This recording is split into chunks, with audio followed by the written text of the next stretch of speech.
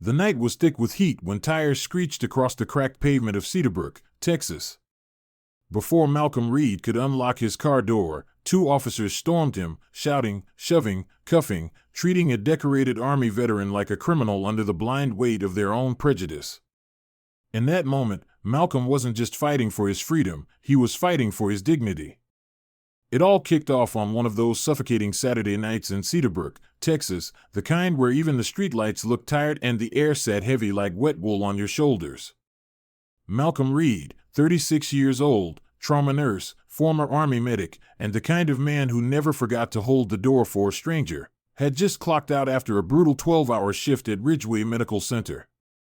His scrubs clung to him, damp with the sweat of 100 urgent moments, and all he could think about was the half-eaten brisket sandwich waiting for him at home. He wasn't thinking about danger or trouble or anything more complicated than cold Gatorade and a soft couch. Leo's Corner Mart stood under the flickering glow of a battered neon sign, and Malcolm moved quickly, juggling a brown bag filled with essentials, chips, sports drinks, a loaf of bread, as he fumbled for his car keys. He never heard them coming.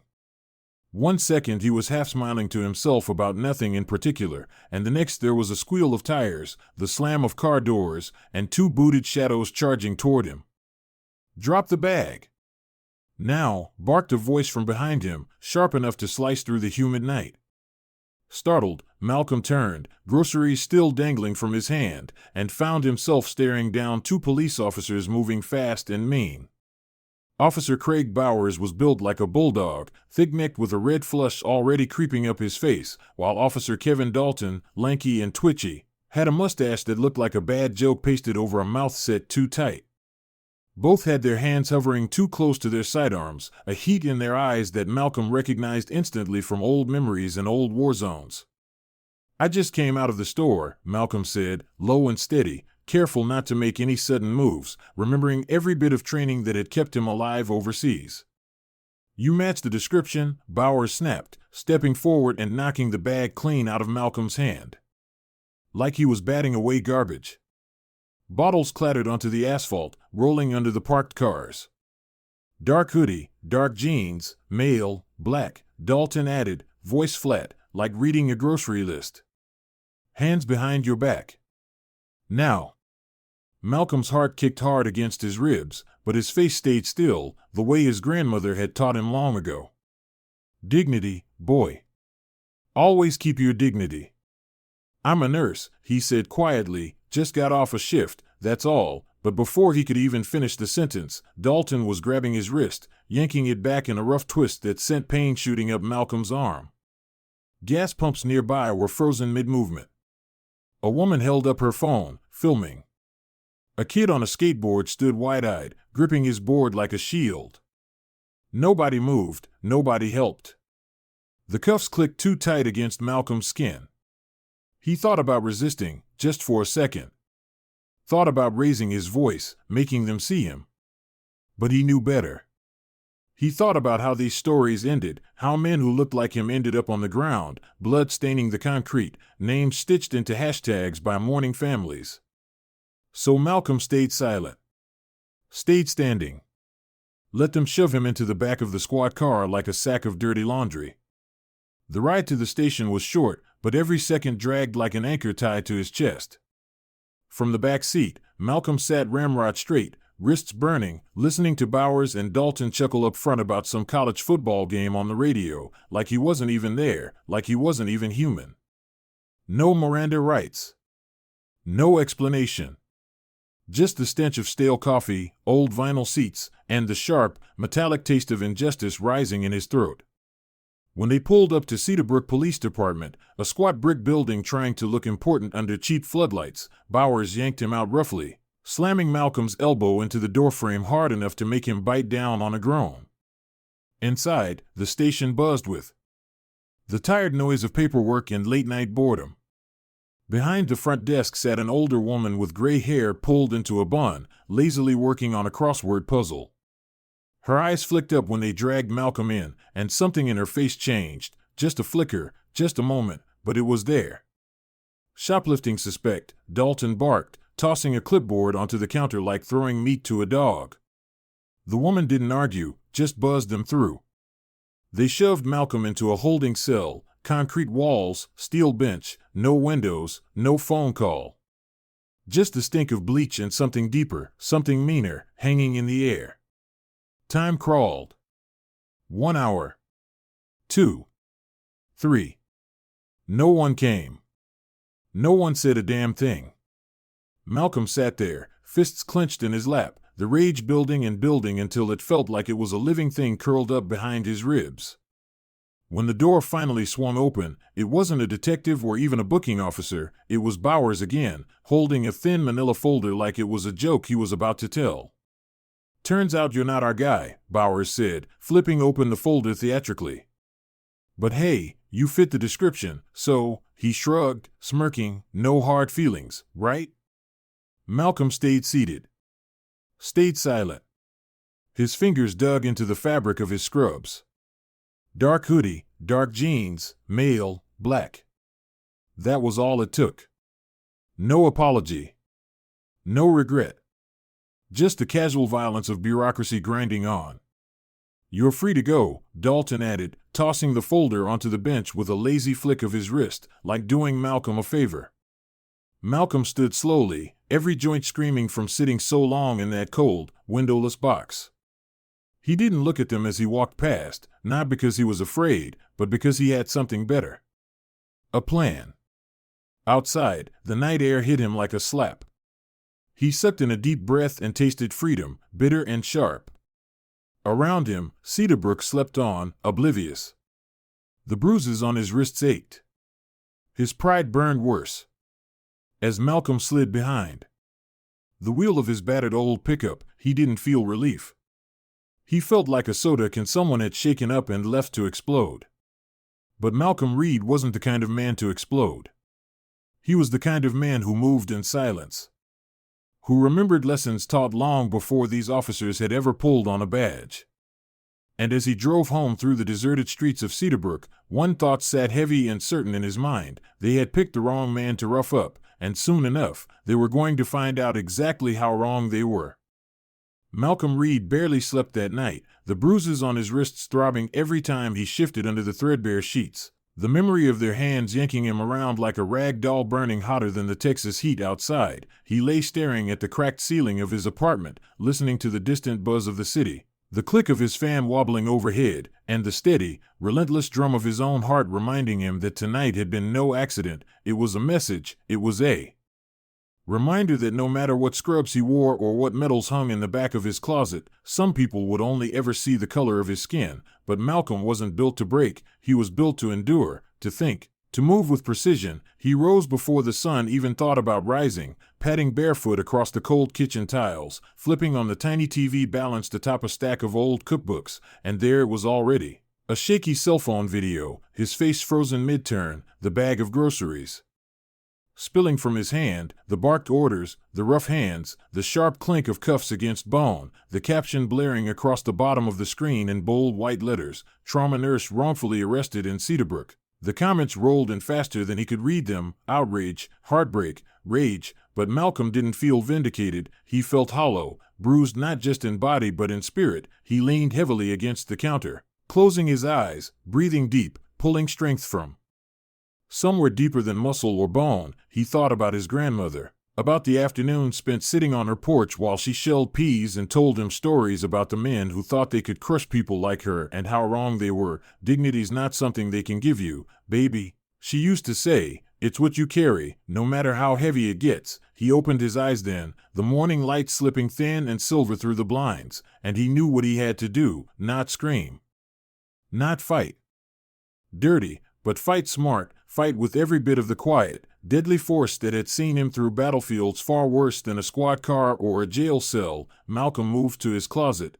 pushing aside old coats and hospital scrubs until his fingers brushed against the stiff, familiar fabric of his army dress uniform. It had been years since he wore it, years since he felt the crispness of the jacket against his shoulders, the weight of the medals over his heart. But as he pulled it out now, dust rising into the still air, it felt like armor, like a shield. He ran his hand lightly over the rows of ribbons: humanitarian missions, disaster relief, combat tours, each one a story of sacrifice, Of service, of standing tall when it would have been easier to bow. He dressed carefully, methodically, every button, every crease a silent declaration, I am not who you think I am more. When he was done, Malcolm looked at himself in the mirror, not as a nurse, not even as a veteran, but as a man. Ready to remind the world exactly who he was, and why they had picked the wrong man to mess with. Before leaving, he gathered everything he needed, every scrap of evidence he could find, the viral video clipped and saved, witness statements from bystanders who had posted online, even a few direct messages offering help. He compiled it all with the precision of a man preparing for war, no sloppiness, no emotion, just the hard, cold facts laid out clear and undeniable, and then he made one more call, a number he hadn't dialed in years but knew by heart. Anthony, he said when the line picked up, his voice steady but low, I need your help. Anthony Pierce had been more than a brother in arms, he was a lifeline. A man who had traded fatigues for a law degree and now specialized in military legal affairs. They agreed to meet at the Cedarbrook Police Department at 9 sharp. Malcolm slipped his complaint packet into a plain folder, grabbed his keys, and stepped out into the morning. The sun beating down on the cracked sidewalks, the city already starting to buzz to life around him. The drive to the station was different this time, not the shaky ride of a man dragged against his will but the calm, deliberate approach of someone who knew exactly what he was doing. Malcolm parked slowly, stepping out in full uniform, the metals catching the light like tiny suns. He adjusted the brim of his cap, squared his shoulders, and walked, each bootfall echoing sharp and clear across the lot. Heads turned immediately. Officers lingering by the front doors lowered their coffee cups mid-sip. A rookie no older than 22 muttered something under his breath to his partner, eyes wide. Malcolm didn't rush, didn't swagger. He simply moved with the unshakable gravity of a man who had earned every step he took. Inside, the same front desk clerk from 2 nights ago looked up, her eyes widening slightly before she composed herself and buzzed him through without a word. Malcolm didn't need her words. Her silence was loud enough. In the main room, the air thickened as he entered. Conversation stopped mid-sentence. Officer Craig Bowers was hunched over a desk pretending to read paperwork. Officer Kevin Dalton leaned stiffly against the far wall, his face paling as Malcolm approached. Malcolm stopped 10 feet away, set the manila folder down on the counter with a deliberate motion, and said, Good morning. I'm here to file an official complaint regarding an incident involving your officers. The silence that followed was so complete you could hear the hum of the overhead fluorescent lights. Bowers looked up slowly, recognition dawning. Dalton's jaw worked like he was chewing glass. Before either could speak, another voice broke the standoff. Mr. Reed? Captain Linda Prescott stepped out from an adjoining office, her short-cropped salt-and-pepper hair and steely gray eyes taking in the scene with one quick sweep. She didn't smile, didn't offer false pleasantries. She simply nodded once, crisp and professional. This way, please. Malcolm gathered his folder and followed her, his boots sharp against the tile, into a small conference room where Anthony Pierce already waited, dressed in a sharp suit, a quiet smile ghosting across his lips. Malcolm sat, laid out the evidence with the care of a surgeon prepping for an operation. No anger, no shouting, just the brutal, undeniable truth stacking up piece by piece across the polished wooden table.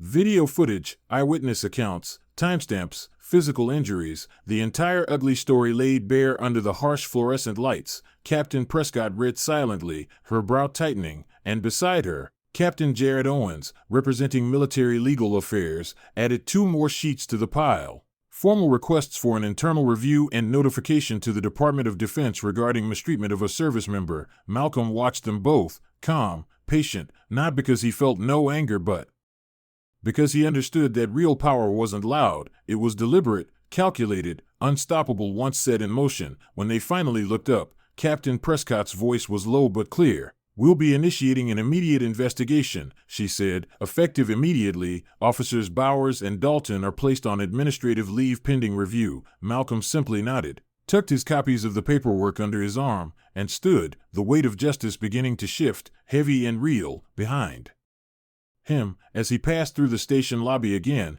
he caught one last glimpse of Bowers and Dalton, 2 men who just days ago had laughed while roughing him up, now sitting frozen, pale, the full weight of their actions starting to crush them in a way no pair of handcuffs ever could. But Malcolm didn't gloat, didn't smirk. He simply walked out into the sunlight, steady and tall, knowing the battle had just begun, and this time, It was a battle they couldn't win.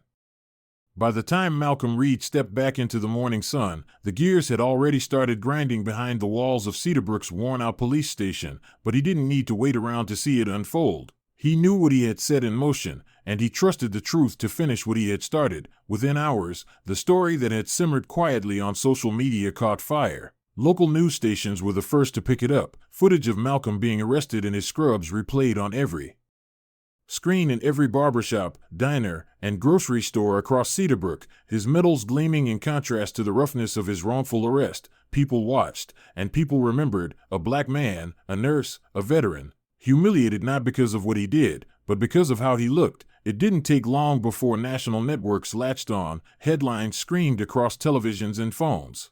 Decorated veteran wrongfully arrested, Cedarbrook officers under fire, dignity denied. Malcolm didn't seek out the cameras, didn't stand on soapboxes, didn't flood the airwaves with outrage. He simply returned home, hung his uniform back in the closet where it belonged, and reported for his next shift at Ridgeway Medical Center as if the world outside hadn't shifted on its axis overnight, but it had. At the station, the atmosphere turned cold and brittle. Officer Craig Bowers and Officer Kevin Dalton shuffled through the halls with their heads down, once the loudest men in the room, now reduced to shadows no one wanted to stand too close to. Whispers followed them like dust clouds, and for once, they had no one to blame but themselves. The mayor's office released a carefully worded statement promising a full and impartial investigation, but it was too little, too late. Internal affairs moved in fast, digging not just into Malcolm's complaint but into every dark corner Bowers and Dalton had once thought hidden. Old complaints surfaced, past abuses that had been quietly dismissed now dragged into the harsh light, and it became clear that Malcolm Reed wasn't the first man they had cornered. He was just the first one they couldn't silence. 2 months later, the city of Cedarbrook announced the inevitable. Both officers suspended without pay pending termination hearings, civil lawsuits brewing not just from Malcolm but from others emboldened by his stand. And in the midst of it all, Malcolm stayed steady. He didn't gloat, didn't dance on anyone's downfall. He kept saving lives in trauma bays, kept showing up for 12-hour shifts, kept living with the same quiet dignity that had carried him through the worst of it. But something was different now. Something had shifted in the way people looked at him. Patients squeezed his hand a little harder in thanks. Families smiled a little warmer when he entered their rooms. Nurses and doctors he'd worked alongside for years stood a little taller when he passed. Malcolm wasn't just a nurse anymore. He was a symbol, a quiet reminder that strength doesn't always roar. Sometimes it marches in, files a complaint, and demands the world take notice. Outside the hospital walls, the impact rippled wider. Cedarbrook Police Department rolled out mandatory body cams with strict usage policies. Racial sensitivity training became a requirement. Oversight committees were formed with real teeth, not just rubber stamps. There were small steps, late steps, but they were steps forward, and though Malcolm knew better than anyone that real change wasn't built in press releases or training manuals, he also knew that every small move mattered. One night, a few weeks after the worst of it had passed, Malcolm sat in a small library auditorium speaking to a group of high school students. Veterans Day had brought him there, but his story kept their eyes locked on him. He talked to them not about revenge, not about rage, but about resilience, about standing tall when every voice around you tells you to kneel, about the power of knowing who you are even when the world insists on seeing you as something less. Dignity, he told them, voice low but carrying across the room,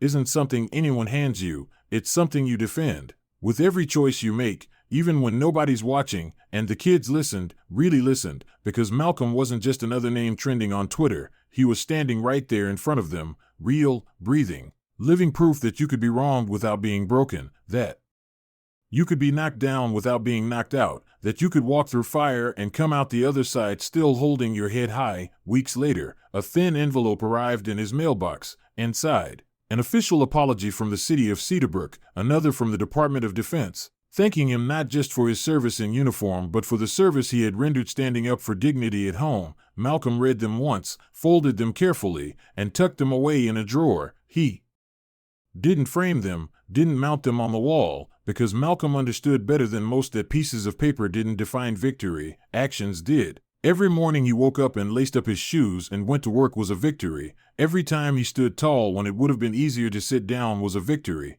Every time he treated a patient with kindness in a world too often ruled by cruelty was a victory. Headlines moved on, as they always do, new scandals, new distractions, but Cedarbrook remembered, and more importantly, Cedarbrook changed, not all at once, not perfectly, but undeniably, because one man decided that the right way to fight back wasn't with fists or fury, but with unwavering dignity and unstoppable truth. Malcolm Reed never once raised his voice, never once lowered himself to their level, and in doing so, he didn't just defend his own worth. He reminded an entire town that real power, the kind that lasts, the kind that changes things, comes not from a badge or a gun or a title, but from standing quietly, fearlessly, exactly as you are, refusing to be anything less than fully, completely human.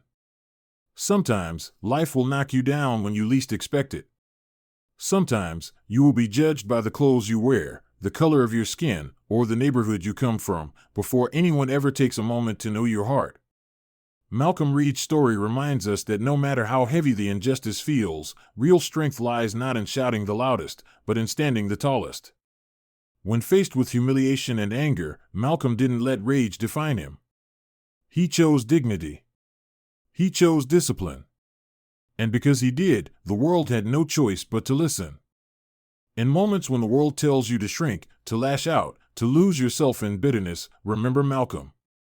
Remember that power isn't something handed to you by a uniform, a title, or the fleeting attention of social media. True power is quiet. It's the calm decision to defend your worth with honor, with facts, with unwavering resolve. The loudest victories are often the ones nobody sees, the ones built step by steady step when no cameras are rolling. Real change happens when one person refuses to let someone else define their value.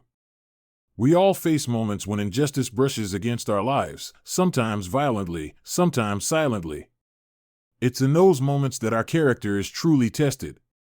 Malcolm's story teaches us this simple truth: dignity isn't given. It's defended. Every single day.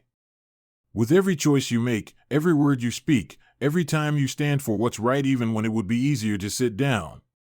Here at U.S. Justice Story, we want to thank you for taking the time to listen to Malcolm's journey. Thank you for standing with those who choose the harder road, the road of quiet strength, relentless hope, and unbreakable dignity. If Malcolm's story touched your heart, share it with someone who might need a reminder that no matter how broken the system might seem, integrity still matters. Courage still matters. And choosing dignity over rage isn't weakness, it's the most powerful stand you can ever take. From all of us at U.S. Justice Story, thank you for being part of a community that believes in fairness and resilience and in the unstoppable force of standing tall. Stay strong. Stay true. And remember, the way you carry yourself when no one is watching shapes the world more than you can ever know.